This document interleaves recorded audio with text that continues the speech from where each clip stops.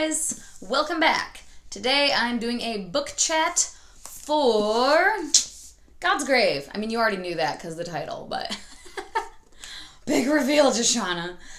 I was very excited. I read Nevernight very recently and really enjoyed that, and so I was really excited about this. And Godsgrave is, the second book in, what's it called? The Nevernight Chronicle, following our main character, Mia. And in Godsgrave, it is her continuation of her revenge plot, essentially. There's suspicion and stuff around the Red Church that she is now a blade for, aka assassin, after the last book. Yeah, we're just following her little journey, her plan to, get her revenge on these two people, the big guys. I think the hype train got me a little bit for this book because I saw everybody getting it or getting their arcs, and then the day it came out, because I think I did get it the second day, and so people posting and just talking about oh my god, ripping their heart out, and on Twitter being damn you, J. Kristoff, why'd you do this to me? And so I was really expecting, I don't know, I think I need to remember I don't get that emotional typically with books.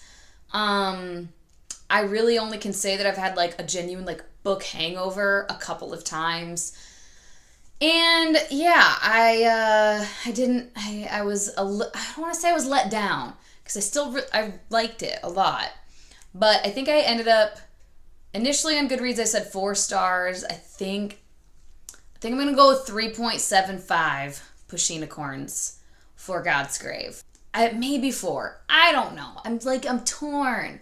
And I feel I'm torn because in my head I'm you should like it more than you did.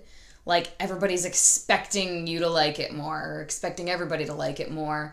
But 3.75. Non-spoilery reasons for not totally loving it. For me, despite the fact that there's action happening pretty much consistently throughout, something is happening, there were some parts that just kind of dragged for me, where I was can we get on with it?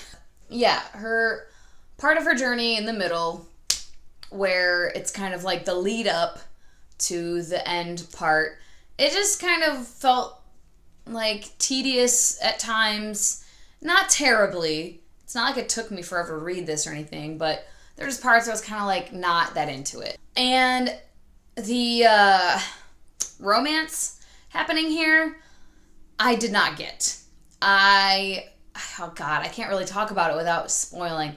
Basically, I just didn't really understand how this romance could happen. Realistically. How she could feel the way she feels about this particular person. And I know she's a complex person, she's a complex character, yada, yada, yada. I didn't get it. I feel it was a little bit out of character because I feel Mia is always portrayed as so pragmatic. And so, she's not cynical necessarily. Sometimes she's cynical. But she just sees the world as it is. She accepts it as it is. And she's fine with that. Very rational.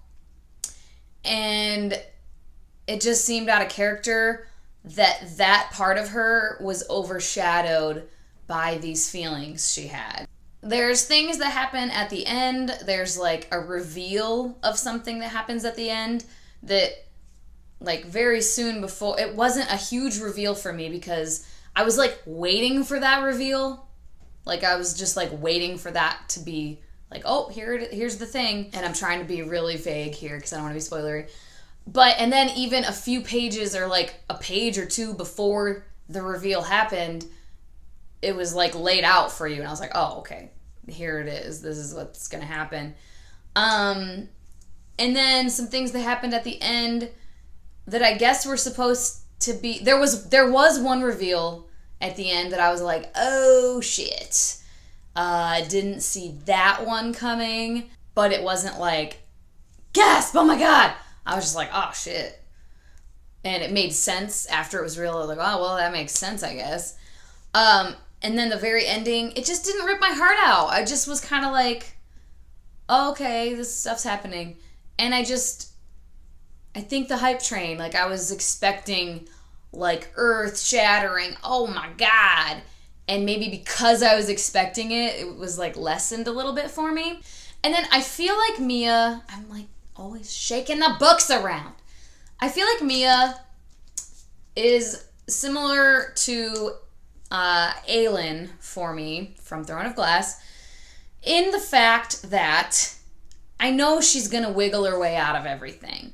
There's moments where it's like we're supposed to, it seems like we're supposed to believe that she has like gone dark and she has kind of turned bad or made an immoral choice or forsaken people she cares about, you know, that she's just like, I don't care about you anymore. Where we're supposed to believe that, but I never really believe it because I know she's always got a plan.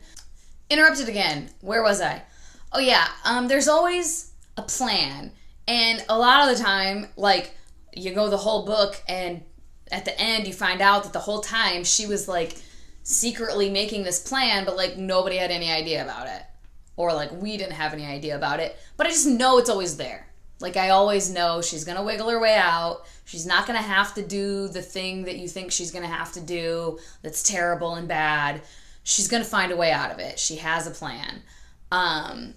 So I think that's another reason why it's kind of not as like awe-inducing for me when the plan comes to realization, because I'm like, oh, I was waiting for that. Now it's still fun and like awesome sauce. Like it's more like I'm anticipating what the plan is going to be. I know there's something. I know she's going to get out of this, but how? Oh, okay, there's how. Awesome, cool, great. And that's fun, but it's not like shocking or anything like that, you know? It's a different feeling. So yeah, that's why I really think I just had my expectations like way too high. And I think had I not heard anything from anybody about it, I probably would have liked it a lot more, honestly. And that's, I guess, the gift and the curse of BookTube and being involved in the bookish community online is that, you know, people hype things up and you either fall in line and are part of the hype as well, or you're kind of like, oh, okay, well, I was like expecting this and it was more like this. I don't know. I definitely still recommend it. I mean, obviously, if you like Nevernight, read Godsgrave, duh. It's fun. I'm interested to see what happens next, for sure. I like Mia. Mr. Kindly is still my jam. I love him so much. Eclipse is whatever, but Mr. Kindly, he's my dude. I'm not going to get into a spoilery review for that one.